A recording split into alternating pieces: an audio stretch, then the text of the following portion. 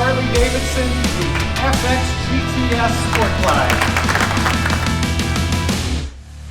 All right, guys, so I want to welcome everybody out to our Laidlaw's Harley Davidson podcast, episode 4. Sitting here with Keith Hurt, our service part manager. What's up? What's up, Keith? So on this podcast, we're going to talk about a topic that I think gets a lot of questions from a lot of people.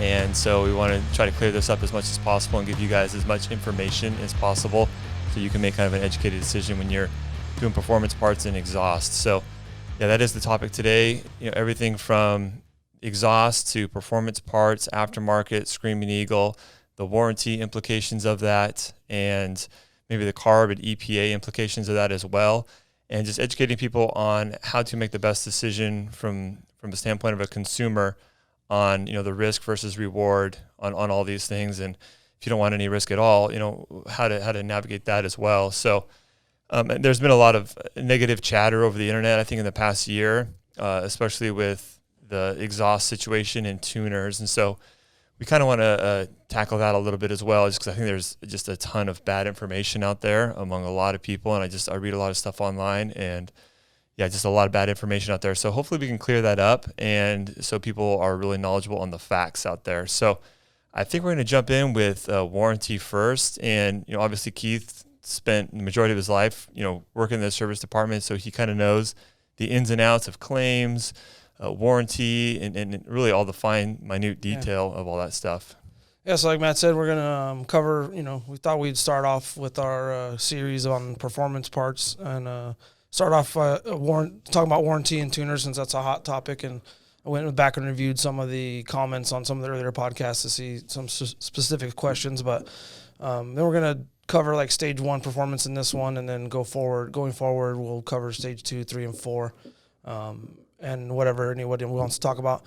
But we're going to talk we'll talk in specifics about warranty and tuners and stuff, but in general, it's hard. We can't cover every stage 1 out there, you know, air cleaner, muffler, all that stuff. So what we're going to talk about is, you know, kind of in generalities, or, you know, kind of an overview.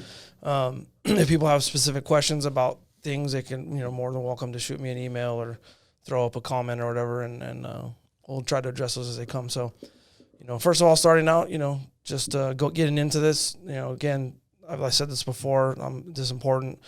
These are my opinions based on my experience. They have nothing to do with the motor company's views or any of their policies or anything like that. They're solely my views here based on my experience and at Laidlaw's Harley Davidson. And we're not spokespeople for the Harley Davidson Motor Company. Exactly. So getting that out of the way early on. So starting the warranty discussion, you know, I wanted to actually read a couple excerpts from the warranty statement from Harley Davidson. All dealers have this posted on their wall, normally in their service department lobby area, as well as it's in your in a owner's manual for a motorcycle, which everybody knows nobody opens an owner's manual, right? But yeah, it's in there if you want to read it. I tell everyone that has warranty questions, you know, get educated, read what it says. It's very, very clear. There's no gray to it. It's pretty black and white. But the first item, and I broke these out. This is not by any means the whole entire thing, but these are the ones specifically related to what we're going to talk about, you know, going forward in the next few episodes. So first section, the warranty statement from Harley, is under the exclusions, you know, area. It's item number 4, and it reads this: a motorcycle which has off-road or competition parts installed to enhance performance, a trailer hitch, or has other unapproved modifications, even if these modifications include genuine Harley Davidson parts and accessories that are not approved for use on your motorcycle. These modifications may void all or parts of your new motorcycle limited warranty. See an authorized Harley Davidson dealer for details. So important part there is, you know, even if they're genuine, this is a common misconception, even if they're genuine Harley Davidson parts, but they weren't meant for your model, it can have warranty implications. So that's where fitments come in and things like that. And, you know, we do try to stretch the envelope where possible as far as what fits on what. But as far as from a warranty standpoint, it's, you know, pretty clear that it has to be approved and tested for your bike. Moving on, under the other limitations section, items number 5 and 6. Item number 5 says damage caused by installation or use of non-Harley Davidson components, even those installed by an authorized Harley Davidson dealership.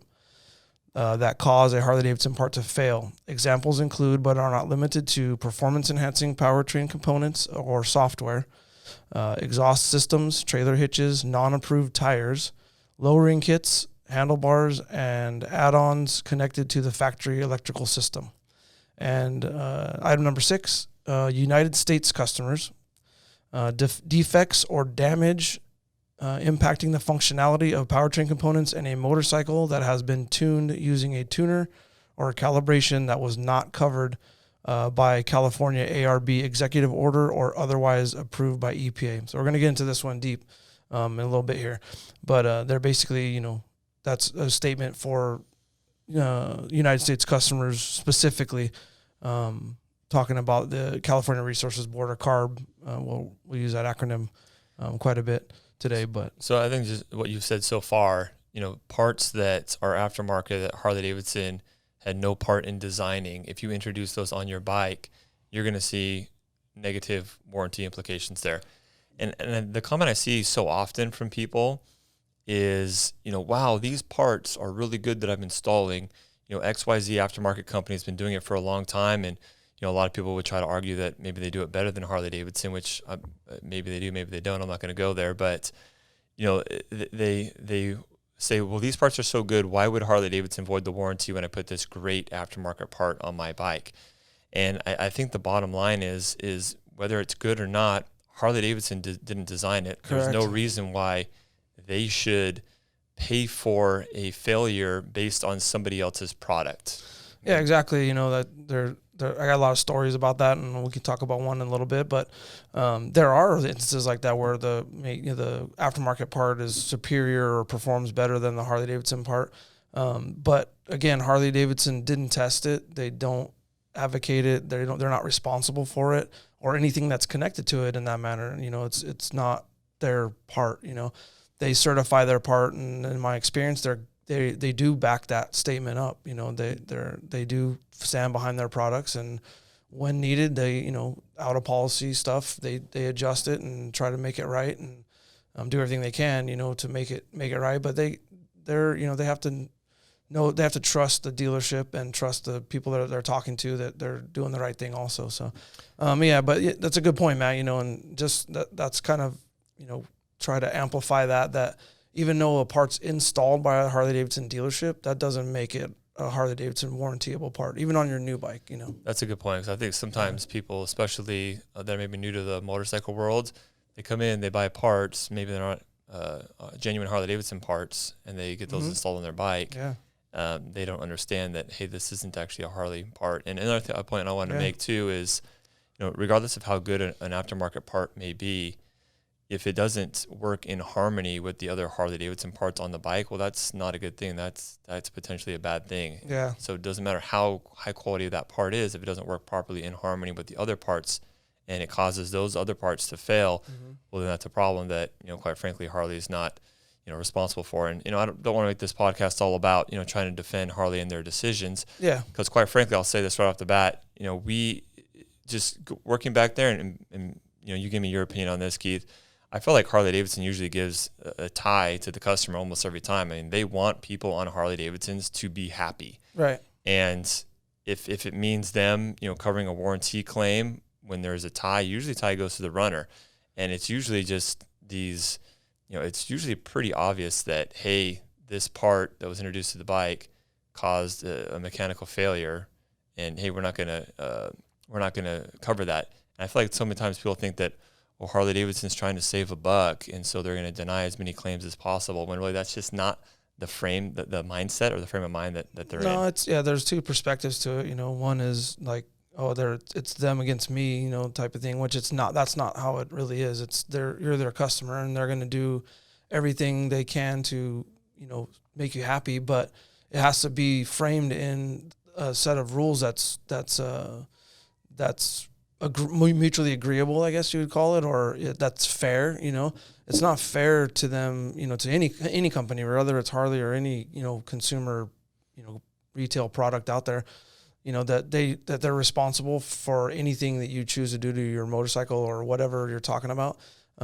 That's not a fair statement, and it's not, that's not legally binding and stuff like that. It's not that's not fair for them. So because there's such a vast aftermarket out there, and there's a lot of great quality aftermarket parts, and there's a lot of things that Harley doesn't even make that people want. I run a lot of aftermarket parts on my bike, and there's nothing wrong. We're not bad mouthing aftermarket. You just gotta know the risk versus reward. That's all we're saying here. That's the aim here. Kind of focusing everything is like educate people and help them make an educated decision of what they're actually deciding when they decide to put, whatever part they're going to put on their bike, and understanding that there's more to the story than just, I saw this cool thing and I'm going to bolt it on. And cause this guy told me it's going to make, 20, 30 more horsepower that, it's wild. And we'll talk about that kind of stuff, too, when we get into the performance part of it. So, so moving on with the warranty stuff, we'll wrap it up. And the last kind of statement, and it brings it all home a lot, which is it's titled in a section called it's actually titled this exactly: important. Read carefully. And then there's some of it's actually capitalized. So it's the first item in that section, and it reads: authorized Harley Davidson dealers are independently owned and operated and may sell non-Harley Davidson products. Because of this, and this is where it gets capitalized, so they're trying to really emphasize it, Harley Davidson is not responsible for the safety, quality, or suitability of any non-Harley Davidson part, accessory, or design modification, including but not limited to labor which may be sold and or installed by authorized Harley Davidson dealers.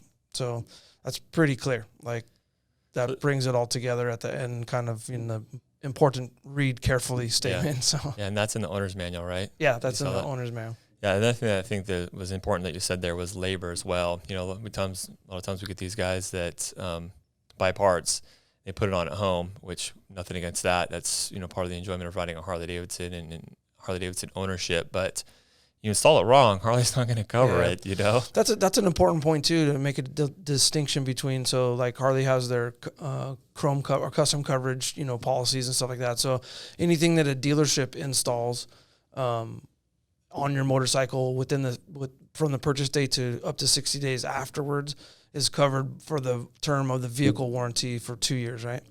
So besides that, if you buy a part over the counter and decide to put it on at home, great, good job.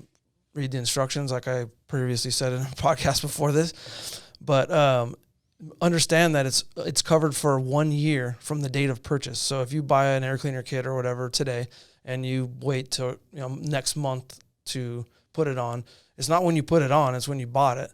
This is the parts warranty. Yeah, the parts warranty. Yeah, completely separate from the vehicle warranty. Correct. Yeah, it's covered by a 1 year like over the counter warranty, or Harley Davidson calls that like a DFS, defective stock warranty, and they do not pay labor on that. So on a claim that was installed by the dealership, they'll pay labor on that stuff. If a part fails, even if it fails and you have the dealership, like say back to the air cleaner example, you put your own air cleaner on, and down the road the cover, I don't know, one of the fasteners fails or whatever, and it's actually like a warrantyable item. Regardless, Harley's not going to pay the labor for that item to be replaced. They'll pay to replace the item, but they won't pay for the labor to replace it.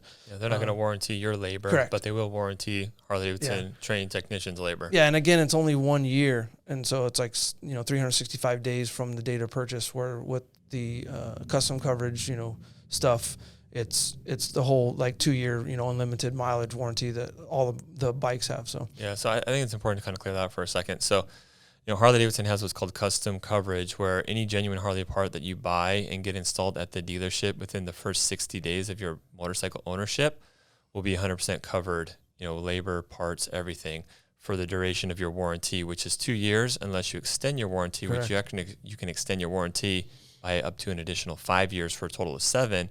Then at the end of that 7 years, you can actually extend it again. But the parts you get purchased and installed in the first 60 days of ownership fall underneath your vehicle warranty. right, And if you purchase the part after that 60 days of when you purchase your bike, you just get the 1 year parts over the counter warranty. correct, that's right.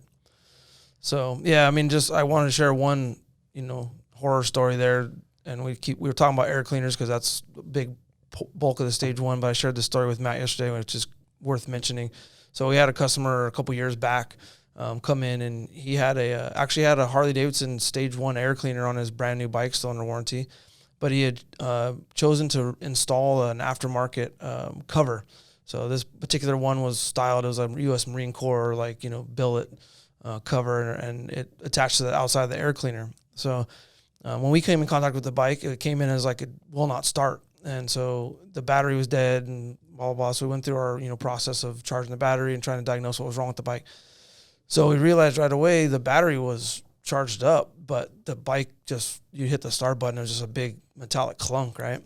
And so we're like, something's wrong. So we have a bore scope here, which is a device we can put down the spark plug hole. It's a digital camera that can, we can look inside the cylinder without taking the engine apart. So we discovered that the rear piston was just in pieces, right? So you're like, well, this is a brand new bike.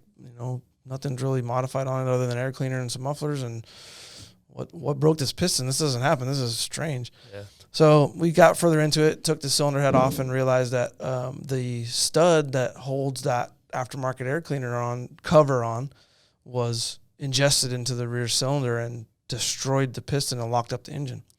So I had to unfortunately, call the customer, explain to him like, hey, sir, your bike that doesn't have very many miles on it at all, your engine needs to be replaced pretty much, and here's why, but it's not a warrantable defect. My point there is like something as simple as that, and the problem, getting deeper into it, if people, want to really know what the issue was there, that stud wasn't machined on, it was actually, screwed into that cover to screw into the air cleaner. Whoever put it on initially either didn't Loctite it or didn't tighten it correctly or whatever. When the customer took it off one day to clean his air filter, that stud removed itself from that cover, and then he didn't know where it went and didn't think about trying to find it. And he got another one and put it on and put it back on. Well, that one that was now inside the air cleaner, or inside the intake track, found its way into the engine. So yes, that's I share that story only because just bring home, like, pay attention to what you're putting on your bike. Like, we all want to ride these motorcycles and have them be reliable and put miles on. That's what we're doing here. And something as simple as an air cleaner cover like that, which it was really mundane, can cause serious issues. So. Yeah, 99.99% of the people that put an air cleaner cover on there, it's gonna be fine. It's a simple job. Yeah. You can do it, but it's that 0.001% that may have an issue. So I think your point is you just never know. Even the smallest jobs can have catastrophic consequences. Yeah, and going further into it, I mean, I don't know who made that cover specifically, or but I would assume a company that's putting product like that out has a set of instructions. I know I keep going back to this, but it's like the number one problem with things is people don't read the instructions. It's just by nature. Oh, I can do this. This is easy, right? Yeah. But I'm sure it tells you in there. They maybe even included in the package some Loctite for that stud when you put it on, and it just didn't get used. And so that's look at least read the instructions and follow them. Like. And if you don't understand something, call someone like us or someone else that that has done it before, to help explain it to you if you don't understand it. That all kind of kicks it all off, like that's been a source of a lot of issues over the years that I've experienced. Yeah. So let's talk exhaust real quick. And exhaust is huge in the Harley Davidson world. I want to say like 90% of people that own Harleys change out their exhaust. Yep. That's just off the top of my head, but the biggest question I get is, what can I do, Matt? And I want my bike to sound loud and great. Yep. And, kind of like what are my options, or what's the best exhaust out there? And that's not a simple question to answer because there's a lot of variables there. But, I think to keep things simple, there's the idea of, mufflers, just muffler only, or full exhaust systems. And what tuner do you use to tune that? Yeah. So, I think maybe jump into that. Yeah, we're going to jump into that, just quickly on exhaust. And it warrants mentioning because it's kind of been the trend lately. We were talking about this just before we started recording. But there's an entity called the California Air Resources Board, right? Or CARB for short. They test all exhaust is one big one where they kind of started because there's a sound component as well as an emissions, component to it. But they also, approve tuners and stage kits now and all these kind of things. And they're the ones that test the motorcycles in stock configuration to certify their application in California, or they're meeting the California standard. Now, the reason I mention that is, you might be in another state, obviously, and say, well, why does that matter to me? Well, why it matters is the federal EPA, they're their own entity, but it's been a trend lately that they follow suit with whatever California does, because California Air Resources Board has the funding. They're self-funded now. They're the funding to actually do the research on these things and certify their use and what they do and this kind of stuff. So it's kind of like erasing there used to be like the 49 state versus California versus 50 state or California approved stuff. That's kind of going away. Those lines are being blurred. So there's either in the performance world, it's either competition only, race use only, or it's 50 state legal. And so regarding exhaust, which is what your question was about, there's a lot of verbiage in these statements, and you can read them on the California Resources Board website if you like. But just to simplify it for everyone, it comes down to whether your bike was originally equipped with a catalytic converter or not. So we're talking about any bike made later than 2009. They have a catalytic converter in the head pipe or the muffler. If it was originally equipped with a catalytic converter, that catalytic converter has to stay in place and functioning. So those bikes that have catalytic in the exhaust system, or in the muffler rather, touring bikes specifically, like in 9, 10, 11, I think up to 12, they have catalytic sections in the muffler. So you have to replace them with another approved catalytic muffler. After that, Harley moved the catalytic portion of the exhaust system into the head pipe. So that's when we talk about putting, slip-on mufflers, or like in the car world, they call it a catback system. So anything, on the exit side of the catalytic converter is pretty much fair game. You can do whatever you want, as long as it meets, the sound emission standards. Yeah. Which is a whole nother topic, which we're really not going to get into. So it's 80 decibels if you want to know what the range is, and it's certified when the exhausts are brand new. The baffles wear over time. All the manufacturers make a statement of it's the user's responsibility to maintain them. I can count on one hand how many times we've unpacked a pipe to repack it in my 20 years, but. Because take that for what it's worth. As it unpacks, it gets louder. Yeah. People, that's a desirable trait for most customers. So they certify it when it's new. Yeah. So they don't. Yeah. If it wears, people don't care about it. So just to simplify what you just said too. So the modern touring bikes, because they have the catalytic converter in the head pipe, you can pretty much change the muffler. Yep. And you'll be within the CARB or EPA standards. So from a government standpoint, you're okay. Correct. Yeah. From a emission standpoint, you're okay. But the Softails, like the newer Softails, the catalytic converter, besides 2 models, I believe, are in the muffler. So changing the mufflers on the Softails, with the exception of the Fat Bob, and is there one more? The Fat Bob and the Sport Glide. Is it the Sport Glide? The ones that have they have the larger, head pipe system. So there's on the other models like the Street Bob and the Breakout that have separated pipes like that. They can't fit enough of a catalytic in there to make to be effective and still maintain performance. So they move it to the muffler. So like the mufflers that are approved for those, like I think Harley's Screamin Eagles are obviously approved.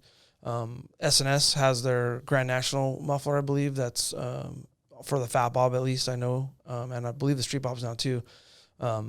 That is 50 state compliant or California compliant, as well as they have a 2-into-1 system, which we'll get into, like you just alluded to. We can talk about that right now if you want. The difference between the exhaust systems, so like normal stage 1 is like a slip-on muffler, that's kind of the way things go. And then beyond the slip-on muffler, you have like a full exhaust system. There's very few out there that are actually EPA compliant and warrantable. Obviously, the only warrantable ones are the Harley Davidson ones, which they have a performance exhaust system, like for touring bikes, for instance, that moves. It's an open head pipe, but it moves the catalytic section of the exhaust to the mufflers. So it basically To explain it best, it almost doubles the volume or the Cadillac's ability to handle volume of airflow or exhaust flow.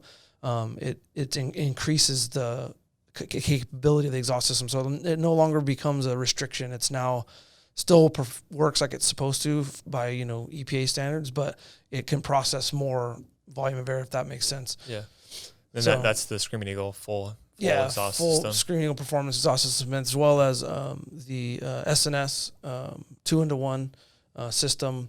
There's two versions. The 50 state compliant one, they have it for Softails and touring bikes. It's also EPA and CARB approved. So there might be a few more out there, but those are the ones I'm most familiar with. I believe that pipe's called the Street Sweeper. Yeah, we did it on our Coast Glide 2 build for those of you who are familiar with that. But yeah, it's a 2-into-1. We also did it on a couple customers, but yeah, that's and so you guys know too, like if it's illegal exhaust, we can't sell it, at our dealership. So, so that's an important thing too, like to talk about. We get a lot of heat for that, or we get a lot of hate. We get a lot of customers coming to the counter and they don't understand. So I try to explain the best I can, which is a great thing to explain here. We're a Harley Davidson dealer, and we're a company, and we're responsible. The penalties for selling, so we're going to touch on this in some other areas too, which maybe I'll just cover it right now. The best way to explain it is like the Screamin Eagle parts catalog explains it the best. There's two now like icons inside the catalog when you're looking at it. Some people don't notice them at all, but they're there, and there's an explanation in the book about them. One's a green light, or looks like a traffic light, right? Those items are 50 state compliant, so they're available for sale and installation throughout the United States. Then there's a cross flags, and that's what they call like race use only. And their official statement is not approved for sale or use on pollution controlled vehicles. So that's pretty clear. Like, California's got the most pollution control of anyone. So if it's a racing, as the logo indicating correct. It's a racing application only, then you and that bike, once you put those parts on there, that's to be used at the drag strip only. Yeah, for sale or use. So just the act of selling it, you're violating the laws and the rules, regarding the EPA and carb compliance. Stuff like unless the person you're selling it to is going to be using it on the drag strip. Correct. Yeah, unless they're, that's their own personal accountability. What if they're buying it over the counter?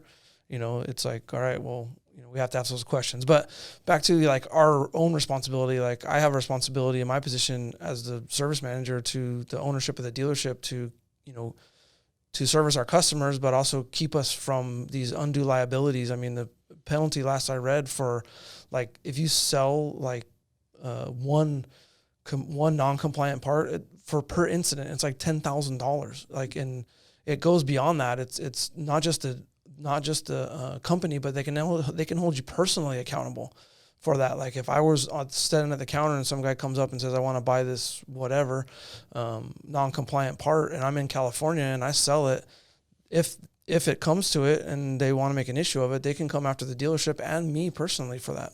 From a legal sense, is that going to happen? Probably not. I mean, I've never heard of it happening. I mean, there's been some recent, settlements made by the motor company and a couple other aftermarket companies. I know it's public, so we can talk about it. Vance and Hines and Dynojet, both in the last decade, have settled major multi-million-dollar lawsuits with the California EPA or California Air Resources Board. But and you can read about it on the internet. I don't want to go into detail about that. I know about it, but better people read it on their own. But it is out there, so that it's reality. It does happen. But that's kind of the nuts and bolts of it. I mean, of how these things go. So as a dealership, we don't, as a policy, sell anything that's not compliant. Matter of fact, there are a lot of manufacturers now, because they can go up to the manufacturer level and hold them responsible also, are getting served with suits for selling parts into California that are non-California compliant. So there's a lot of that goes on, probably less now than there was maybe 5 years ago, but we still see tons of aftermarket exhaust that's illegal going around on the roads. And guys still find ways to get it. And I'm not saying for or against it, but guys get it, they go out of state to get it, so I know a lot of people will say like, well, my buddy has this pipe, XYZ pipe that's not carb compliant, well, you can still get them. You know, Yeah. they're still out there. And, right now, you don't have to smog your motorcycle. Hopefully it stays that way. So, once you get it and it's on there, it's kind of hard for them to kind of police that, Yeah. So, it's still out there. It still goes on all the time. A lot of, the bikes I feature on my YouTube channel, guys have gotten that exhaust, wherever they get it. I typically don't ask questions. Guys are still running them. Yeah, so they are. That's one of true. those things. Yeah.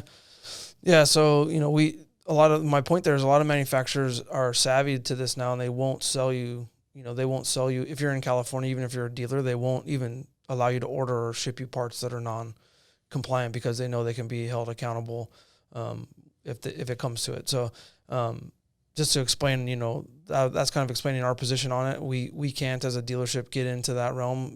Believe me, when this all came down, then all the people were selling all kinds of performance parts, and it was a huge profit center for us. And we lost every tons dealer. of money on aftermarket exhaust. Yeah, it hurt. Now illegal. From a business standpoint, it hurt. And, I had those conversations with your, uncle and your grandpa and stuff. And we made a decision and a policy as a dealership to that we were going to be on the right side of this thing, regardless of what it was going to kind of cost us at the time. And it's proved out to be true. I know some dealers, in the area in the past have been, held accountable and served and had to go to court and deal with these things. And, it's not fun to deal with it, but it is what it is. I mean, there's we can't do anything about it at our level. All we can do is do the best we can do. And there's options out there still that are carb compliant. Most touring bikes, you throw a set of mufflers on there. Like I personally run a set of Reinhardt mufflers on my bagger. Yeah. Sounds great. Is it that real big, loud, raw, like you can hear it from 3 blocks away sound? No. And some guys, want that. And I think it's fun to ride a bike like that every once in a while as well. All these manufacturers are going to they're getting their mufflers certified, like Vance and Hines and Reinhardt. The big boys are doing and Cobra, the proper legality stuff. And SNS. SNS is really ahead of it. Like SNS was traditionally like a very high performance company. They started out making high performance engine components, stuff like that. But they've actually shifted focus, and they've done a great job at it, in my opinion. But all these companies are getting these what they call a OE or executive order or executive order certificate from saying that this particular part, and they do like go by part number and detail and model and year of what they're certified for. So that allows them to be able to certify that their parts compliant in California and continue to sell into our market. Where you see a lot of other traditional manufacturers like Samson and some of the other ones, Cycle Shack and stuff like that. Matter of fact, Cycle Shack might have an exhaust for a touring bike now. I think I heard. But they just, Samson, for all intents and purposes, went out of business almost. I mean, I think it costs a lot of money to get all these things certified and everything. Yeah, they were a California company. They actually moved out of California, I believe, just because of this issue. And their presence in the exhaust market is vastly diminished from what it was, a decade ago or whatever. But yeah, that's kind of it on the exhaust side of the house. So, one of the most common questions too that I get is people want to say, well, if I do an exhaust system, is it going to void my warranty? Let's say it's a full exhaust system. Let's say it's an illegal exhaust system. Mm-hmm. People want to come in here and they're worried that their warranty is going to be voided because they read some guy on some forum that says I changed my exhaust and it got voided. And I usually typically say, stick to the Harley Davidson tuner. If as soon as you go to an aftermarket tuner and we hook it up to our computer here, your VIN's going to be flagged and you're done. Yeah, let's talk about that because that's a recent development. That people are there's a lot of questions because not everybody's a lot of misinformation informed about it. Yeah. So they go hand in hand too. So for instance, segueing from exhaust to tuners, the issue comes in where you get an exhaust system that's non-compliant, that's non-warrantable, that's basically wide open or makes power like at the higher RPM ranges or whatever. To properly tune to that, you have to tune to any exhaust system really. Besides slip-on mufflers, you can normally put them on and the bike will compensate for them. But once you change the air cleaner, you really got to tune it. The Harley Davidson tuner has its capabilities, right? So this is, a very detailed situation. Harley Davidson's Pro Street tuner, which is their basic bottom line, first stage tuner. for 16 and later bikes, there's no calibration. So those of you that are out there that are like used to getting a download and not having to buy an actual like tuner, the price difference is like a couple $100. Where we used to like up to 06, we used to be able to, you know, or I'm sorry, up to 2016, we used to be able to just put a download in out of Digital Tech, and it was like $100, $200. That no longer exists. So 16 and later, you have to use this a tuner, so which is $300 or something like that. 3 something. Yeah, I can't remember. But so there's that. That tuner is now like burned into the memory of that ECM for that bike. It's married to that bike, for lack of a better description. And you can only tune that bike with it. Now it comes with the software that has a certain amount of base maps that are based on Harley Davidson Screamin Eagle components. You have some range of tuning there, you know, within reason of what what's allowed.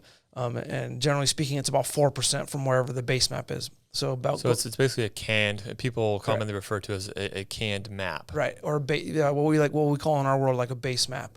Or baseline. So it's base map. Now that map can be customized a little bit, you know, with that software to your particular bike.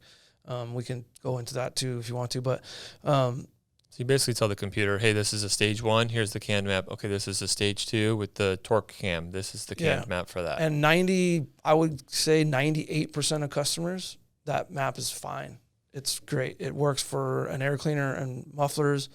And whatever it says it works for, it does work for that. Because Harley's put in the work, the leg work. They've dialed all the parameters of everything, and they've done the work for you. That 2% that it doesn't work well as perfectly for is normally guys that ride. I guess the best way to put it is they ride it a little differently, or they have a particular riding style that a normal mapping or tuning situation can't compensate for. For instance, I have a customer that has a stage 4, which we'll talk about later, that had a particular issue. He would bring the bike in and I couldn't duplicate it it became clear to me after, you know, talking to him that it's because I don't ride the way he rides. So the Harley tuner has a way, and a lot of the other ones too, of doing what we call a Smart Tune Live or Smart Tune, where you can actually hook the tuner up, like the Harley one, for instance. You can hook it up, put it in a mode with the computer that'll record the information, all the sensor information on the bike while you're riding it. It has enough memory for about 10 to 15 minutes. So what I did with that customer, which I've done it with a few customers, and it's helped out a lot, is putting them in the mode for them and having them go ride it. Now when they come back, you can download that information from the tuner back into the software, and it will actually analyze what's going on real time on the bike and compare and make mapping suggestions based on that information comparable to what the original whatever map you had in it was. You can accept or deny those depending on what you're doing, but in my experience, after you do this 2 or 3 times, so on that particular customer, he had a really, you know, he said a pronounced like stumble right off idle. So, you know, in his world, you know, he came over from the, import bike world, where the riding's a little different. He was still trying to ride his Harley like an import bike. So it didn't work well. Well, through this process of doing this 3 or 4 times, we got his map dialed in, and he reported back to me afterwards, like, it's a different motorcycle now. And that's just with the Pro Street tuner alone? No, that particular bike had the Pro Street tuner and the Smart Tune Pro. Okay. So then, you know, go in the Harley world, we go into, the Smart Tune Pro is the next step. Which gives you a wideband capability without going over teching everybody on the difference between narrow and wideband. Basically, a narrow band O2 sensor can only read a certain width of information. It's like 0 to 5 volts, I believe. And the wideband can see a much larger. It's like, I guess it'd be like looking through a pair of binoculars is like a narrow band sensor versus looking through a wide angle lens. That's a wideband sensor to kind of put a visual perspective on it. So it uses more data to then recalculate it can see a wider range of data. Yeah. So, and the Smart Tune Pro can, it'll actually make on the fly changes on its own based on whatever information it's getting from the O2 sensors. And it also opens up, because of that, the control factor of it, it opens up another 16% of tuning. So you have the original 4% that you had with the street tuner, and you add another 16%. So for a total of 20% adjustment from your whatever your base map is when you add the Smart Tune Pro. So typically speaking, I talk about the Smart Tune Pro. We usually call it the Auto Tuner. I refer to it sometimes. When would a guy need that? When you're when you want your bike to have the capability to adjust itself on its own to a wide range of parameters depending on like altitude and all these other factors that come involved. But specifically when you're doing like really high performance modifications like stage 4s and stage 3s also, but stage 4 for sure. And those guys that are the reason they would want that is because those guys obviously want the optimum performance out of their bike, the best they can get.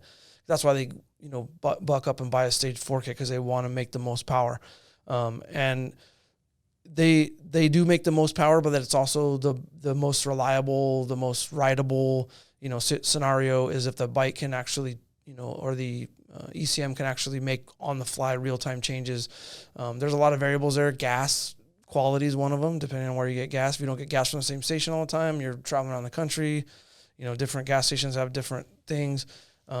Air quality, oxygen available in the air depending on altitude. There's a lot of parameters. I mean, we can go all day about the system and how it works. But so the Smart Tune Pro adapts to that type of variable correct. A lot more. Yeah, and then especially like we talked about earlier, in the instances where I had this question come up just yesterday from a customer by email.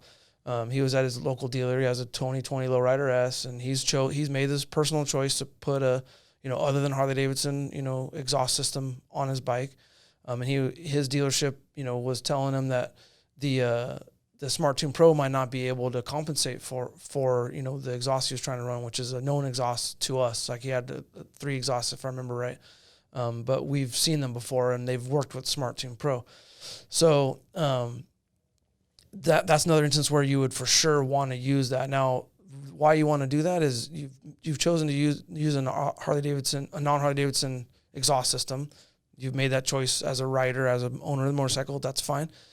Harley Davidson's obviously not going to be responsible for that exhaust system or the studs that it bolts to if they break or whatever. That's not their responsibility. But where you really go off the reservation, as I call it, is when you use a non-Harley tuner. So the Harley tuner can compensate for those exhausts with the Smart Tune Pro. So that's where you'd want to use that, exhaust system, stepping outside of the motor company's, umbrella. It will work. It does work with those, 2-into-1 exhaust systems that are common on these late model Softails and some Dynas and stuff like that. So is it fair to say that guys that want to use an aftermarket header pipe, that you do have a risk of certain things not being approved as far as warranty claims, but correct, your level of risk is relatively low compared to other things? Like, I think we've made it clear that if you put an aftermarket tuner on your bike, you're pretty much guaranteeing that your warranty is going to be void. But that's not necessarily the case if you put an aftermarket exhaust on there, although it could be. But I typically tell people your risk of your warranty being voided is low at that point. Right. But there is still a chance that if the exhaust somehow negatively affects the rest of the powertrain, then the powertrain components could be voided as well. Can you kind of maybe expand on that a little bit? Yeah. So circling back to what I was saying originally. So when you put those non-compliant parts, exhaust or otherwise, on the bike, you have to tune to them somehow. And the Harley Davidson tuner does have its limitations. That's a lot of the people out there that are naysayers about it or whatever. They say, well, it doesn't give you the control that the other tuners do, which is true. The other tuners are wide open. Even in the past, Harley Davidson had the Screamin Eagle race tuner. It's the orange, colored one. The late model ones those compliant ones are black. They discontinued that, part of a lawsuit that they had with the EPA, right? Those tuners are wide open, like Screamin Eagle race tuner, Fuel Pack, Power Vision, TTS, Thunder Max, and there's a slew of other ones. The tuning capabilities are wide open. None of them are warranty compliant at all, and they're definitely not either carb compliant either. Some of the companies like Vance and Hines, I know they're working on, or they do offer like a California compliant version of it that limits the tunability, as well as Power Vision or the DynoJet. That's DynoJet's product. They have a 50 state legal one that locks out the areas that you're not allowed to tune in. But regardless, even if it's compliant in California or CARB compliant or whatever, it's still not warranty compliant. Yeah. So all these tuners, because of the way they work, they marry or they shake hands with the ECM, and now they're for use on that bike. Besides, I think the TTS, you can tune multiple bikes to the TTS. So if you have more than one motorcycle and you want to use one tuner for all of them, you can use a product like that. But the rest of them, they marry to the ECM, and then they change the calibration ID. So on 16 and later this happened. So 2016 and later going forward, motorcycles for, I'm sure in perpetuity for the future, it's going to be the same way. The first thing Harley Tech Services asks us when we call to, you can't replace major engine components without Tech Services authorization. So, your stage 4 engine eats itself up for whatever reason. The first thing they ask us, we got to call them, VIN number, mileage, what's the situation. Nowadays, they ask for 4 position pictures of the bike, so front, back, left, and right. Any modifications to the bike, and then also they make us send in a screenshot of the calibration or the vehicle information out of Digital Tech, which includes the calibration ID. What Matt was talking about earlier is they've now changed the Digital Tech program to anytime you plug a bike in and it sees a calibration ID that it doesn't recognize, that's not in its memory, it basically puts an error up on our screen that says, I think it says something like a non-compliant or non-warrantable tuning device detected, powertrain warranty voided or whatever. And then it sends its information on to Harley Davidson's corporates, whatever. Your VIN gets flagged in all of Harley Davidson's databases, and you're done at that point. Important point there, though, is the powertrain warranty. So it's the powertrain warranty. I'll give the same example they gave when they rolled this out to us, which is like a fork seal, for instance. So say you do use a non-compliant tuner on your bike or non-warrantable tuner on your bike. That's your choice. You did it knowing what was going to happen, blah, blah, blah.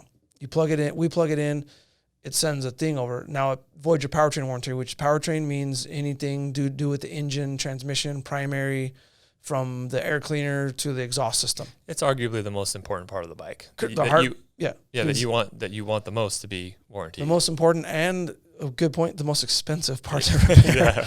I mean, it hands down. Yeah. So they gave the example of the fork seal. For instance, on a bike like that, say the fork seal starts leaking under the warranty period. They know that tuner or whatever is attached to that, tuner and the engine didn't cause that fork seal to leak. They're still going to cover that fork seal. Because it's not part of the drivetrain. Correct. It's part of the chassis. Right. So that's an important distinction to make, because there's a lot of chatter about that. Oh, they're going to void my vehicle warranty. What about this? What about that? Yeah. It's not. It's the powertrain warranty, which Matt just alluded to, is like the number one reason why you're buying the bike in the first place, right? Because it's going to move you down the road. So why would you, I don't know why you would walk away from that, which is, this, I talk about this a lot because when customers come to me, because I get a lot of inquiries, about, different kits and whatever, and what my take is and this and that. And my very first statement to every customer is, how important is your warranty to you? That's where it all starts and ends. Yeah. Like, how important is your warranty? If it's important, then we're going to talk about these things only. Which, quite frankly, if you're buying a new bike, unless you're made out of money, your warranty is important. Let's just be honest here. Yeah. Like, maybe you have crazy money and your pocketbook is bigger than the potential risk that you might expose yourself to. By all means, knock yourself out. Void your warranty. Freaking go for it. There's some of these aftermarket tuners are great out there.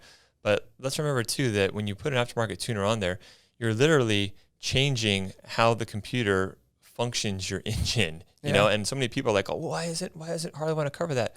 Well, because you're changing Harley Davidson's parameters in which that engine is operating. Yeah. You're changing everything. So that's it. I mean, you summed it up good right there. Like, that's where the rubber meets the road, really. It's like you're changing the way the vehicle runs. And that's my next question, when I talk about performance is like, what's your intended use, or how do you ride? Like, and it's not a moment to brag, like, oh, I ride, super fast, blah, blah, blah. It's like, I want to know how you ride, because I'm going to tailor what I'm going to tell you to what's going to work for your situation based on what I know and what I've learned in my experience on these motorcycles. Like, anyone, that promises you, like, a finite number of horsepower, or we're going to make the most power, blah, blah, blah, blah, whatever. Make sure that it fits what you're trying to do, man. Like, you can make a bike make, buku horsepower, put a turbo on it, do whatever. But how rideable, if you're a touring rider and you're going to ride to Sturgis, is that the what you really want?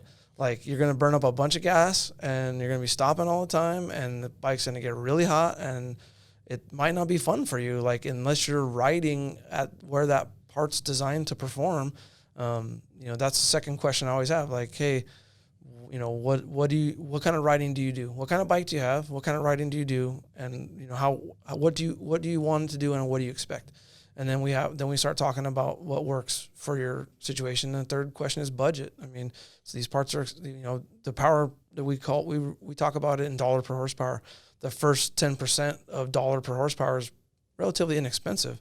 Depending on what components you buy, that'll dictate what that number is. But, that's a good point. The higher, the more horsepower and power you want to make, and the faster you want to ride, the more expensive that last 10% is to get. I think in a lot of cases too, not only expensive, but also you're now potentially voiding your warranty to get a little bit more horsepower too. Yeah. And I don't want to jump ahead here, but a lot of times people will ask me, okay, well, a common comment I get on my YouTube channel when I showcase like Screamin Eagle kits is like, wow, if you would have done this aftermarket cam with this aftermarket tuner, we could have squeezed, 10, 15 more horsepower. Mm-hmm. It's like, I'm not going to argue with you. You probably could, but at what cost? Your warranty's gone. And, now if you have a mechanical failure, plus I think that the likelihood of mechanical failure is higher, because now you're working with parts that aren't R&D'd by the guys that build the motorcycles. Right. So there's that risk too. So it's kind of like, okay, let's look at the risk and reward. The Screamin Eagle stuff is fast. Are you really willing to give up that much to get a little bit more horsepower? That's something that it's a personal decision, right? Yeah, no, exactly. Like, I'm sure there's gonna be a lot of people commenting on this one too. Yes, it's true. There's other components out there that can make more power, more different tuners, different cams, different pistons. There's companies out there that specialize in that stuff. I've been in that realm in my past life. Because we had to, because Harley Davidson didn't make anything, and it was people wanted to make their bikes faster, and there was nothing available that was, that was endorsed by Harley or even researched by Harley. So Screamin Eagle has done a lot in the last decade or so when they came out with these stage kits, and all the components are designed to work together, and they've tested them, and that's why they stand behind them. I mean, they've had failures, like we've experienced them ourselves, but I can tell you without exception, they've covered everything that's happened to their components. Yeah, because the customers did it right. They got it covered under warranty. They had the kit installed in the first 60 days. Yeah. Or they got the Screamin Eagle coverage, which I'll talk about that in a minute. But no matter how catastrophic, from like everything from a baffle being loose in a muffler on a Screamin Eagle pipe, we've gotten those covers, to valve spring failure on a stage 4, or an oil pump issue on a Milwaukee 8. That's an expensive thing. Do you think they want to pay for that? No, they don't. It's $7,000 or $8,000 when you get a new bottom end, like a short block, and a whole new, stage 4 kit to put on a motorcycle. Like, that's not a cheap repair. They don't want to buy that, but do they? Yes, they do, because they're responsible about it. They tested those parts. For whatever reason they failed, they cover it. All right. So the good news there is, like, there's so many options now. That's why we're even talking about all this. Like, stage 1, different air cleaners. They have their, ventilator on Harley's world. They have ventilator, heavy breather, extreme high flow. I mean, there's all these different flavors of stage 1s alone. And then they have their stage 2s, cams, and they have stage 3s, and then they have stage 4s, and different versions of these things that are all warrantyable and compliant. So I go back to your comment, like, why would you go and get a non-approved component put in your bike? You're basically walking away, especially your bike under warranty. Like if your bike's out of warranty and you just want to do whatever, go for it, bro. Yeah. And, I can give those recommendations too. There's good companies out there, they make quality products, Fueling, S&S, all these companies, they make good stuff, but it's not Harley Davidson's part, so they're not going to stand behind it no matter how quality it is or how much better it performs. So yeah, there's going to be a lot of people talking about that, this cam, this Woods cam or this Fueling cam or this S&S cam does better in this combination. That's true. The devil's in the details though. Like those companies disclaim everything, like, hey, make sure you're putting in the proper valve springs, make sure you're putting in the proper push rods, lifters, all these different things that you need to upgrade to use their components. But we go back to the same thing. Like now the offerings from Harley are so vast, and what they're willing to stand behind is so broad. Why would you do something like that? Like unless you want to make. If you're racing for money and you're trying to shave, tenths of a second off your quarter mile, okay, I get it. That segment's a little, yeah, exactly. That segment's small. It's very small, and so just your average, typical everyday Harley rider that wants to street, take his bike out on the street, the risk versus reward ratio just isn't really there for most people. Yeah. And of course they jump into situations like that and they don't even know, what they're doing. Sometimes I see these guys that, they'll get like a pre-owned bike that's 5, 6, 7, or 8 years old that, they don't have warranty on, that they're buying specifically to hop it and race it up. And that makes a little bit more sense than going out buying a new bike and voiding the warranty right out of the gate, Yeah. So like he said, just kind of all depends on how you ride, what you're going to be using the bike for. Really, that's the biggest question. Yeah, that's, with performance, like I consider myself a responsible, person as far as like recommendations and stuff like that. So I don't ever experiment on customers' bikes. You find a lot of people out there that are like experimenting with their buddies, whoever the latest flavor of the week, performance part is. I don't get into that, just because I don't think it's fair to the customer. Like I'm not going to recommend something that's not proven, and unless have data on it, and I've tried it on my own vehicle or I know someone reputable that's done it, and it's reliable. I'm not going to make a recommendation like that. People come, talk to us because they trust us, and that's our responsibility to be trustworthy and recommend things that are going to give them what they want. And that's all a matter of that question of framing what is it that they're looking for and expecting, tempering those expectations, within reason. And here's what we have to offer, and here's why we do it, explaining it. This is why we do it this way. Warranty is valid. It's going to make all the power that you'd ever want. And it's going to be reliable. Every time you go out to start it, it's going to start. There's horror stories. I got a million of them about, this great thing that seemed great on paper that was in someone's magazine, that someone put on their bike and, caused them for whatever reason not to start or broke the engine or whatever happened. Or it has no low end power. It's only good if you got the needle up around 5,000 RPM. Yeah. There's a million examples. And, speaking of that, like I would really encourage people, there's a lot of magazines out there, especially online now. Look who's writing the article and look what part they're using. And if they're not publishing a dyno chart that you can understand and read, that's actually in a form that's large enough to see what's going on, be skeptical of that. You can make 120 horsepower for a split second of time at 5,000 RPM, but if that's not where you ride, what good is that to you? None. Yeah. Zero. Yeah. So just use your brain. Like read what you're looking at. Like people send people these parts for them to write the article, a favorable article, so they can sell more parts. It's all about selling parts.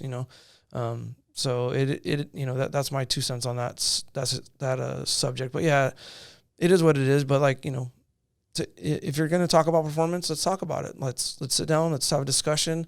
See what you want to do, and I'll recommend and explain to you why we recommend what we do. The pros, the cons. Yeah, the pros, the cons, the risk, the cost, the benefit. Yeah. Risk versus reward. What you're going to get versus what you're going to give up. Yep. It's all, and that's another thing too. Like in performance, it's a compromise. Give and take. Yeah. It's a give and take. You're going to compromise. In some cases, you're going to compromise some reliability for some more performance.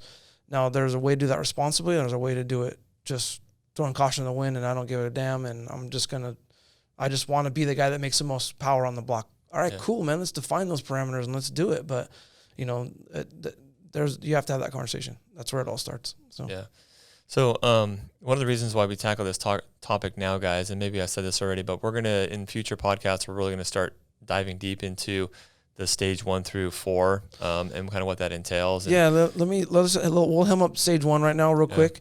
Basically, just for those of you out there that are, we're talking in Greek about stage this, stage that. Stage 1 is like basically loosely defined as an air cleaner, an exhaust, whether it's slip-on mufflers or full system, and a tuner to calibrate the vehicle. Those three things. Those three things. Yeah. So speaking in general numbers, a stock bike, a stock Milwaukee 8, is going to make between 70 and 80 horsepower, and 100 to 110 foot-pounds of torque. So just talking about that, horsepower is like kind of the overall potential capability of the vehicle to move. The torque is kind of what gets you there. So basically, the best way to explain it in layman's terms is torque is what gives you the feeling of acceleration from a stop to say 60 or 70 miles an hour, and then horsepower is what kind of holds you at those higher speeds, is the best way to put it. There's a lot more to that conversation, but that's a long discussion that's very in-depth, and you got to define a lot of terms. So that's the best way to put it, and then what you can expect from a stage 1 is around 10% more increase in horsepower. So you're going to be in the 80 to 90% range in horsepower. But the torque stays about the same. But the important thing there, so like 100 to 110 foot-pounds of torque, is it carries that torque out longer into the RPM range. So before, when your torque would start to fall off, at 3,500 or 3,000 RPM, it's going to carry it further on to like 4,000 or 4,500 RPM. So that's an important distinction there. So it's not just about the peak number, but it's about how long can you make that. So that's the game in the performance world, is extending that power curve, or what they call increasing the area under the curve, or the part of the map that's blank at below where the lines on the curve are, which what I'm talking about is like a dyno chart. They're in the Screamin Eagle book, and they did shift to rear wheel horsepower, which is important to talk about. Because that's the only thing that really matters. That's all that matters. At the crankshaft horsepower is theoretical. It's based on a mathematical equation, and it doesn't account for primary, chain, clutch, all the power transmission, in the belt, all those things. So that's the best measurement of it. So just wanted to hem up that for everyone.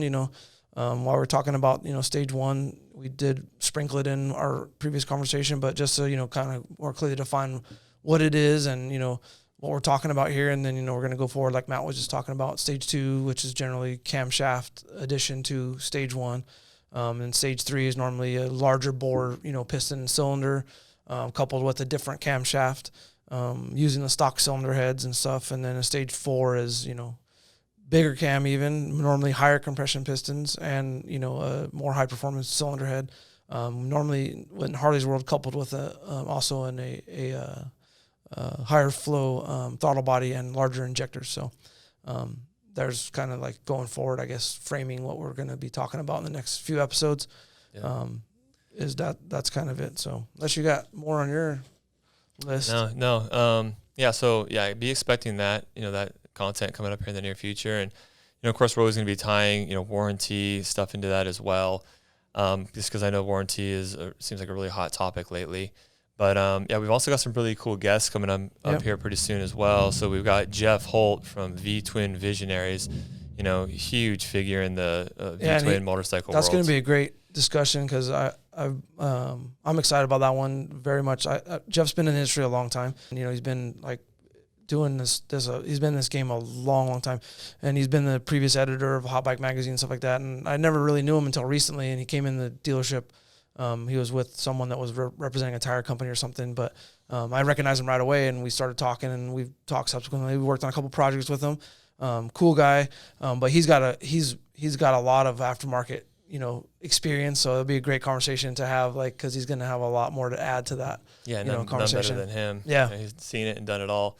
We've also got Brad Richards, who's the VP of styling over at Harley Davidson Motor Company, who's going to be joining us pretty soon as well. Who, that's going to be a really cool conversation as well.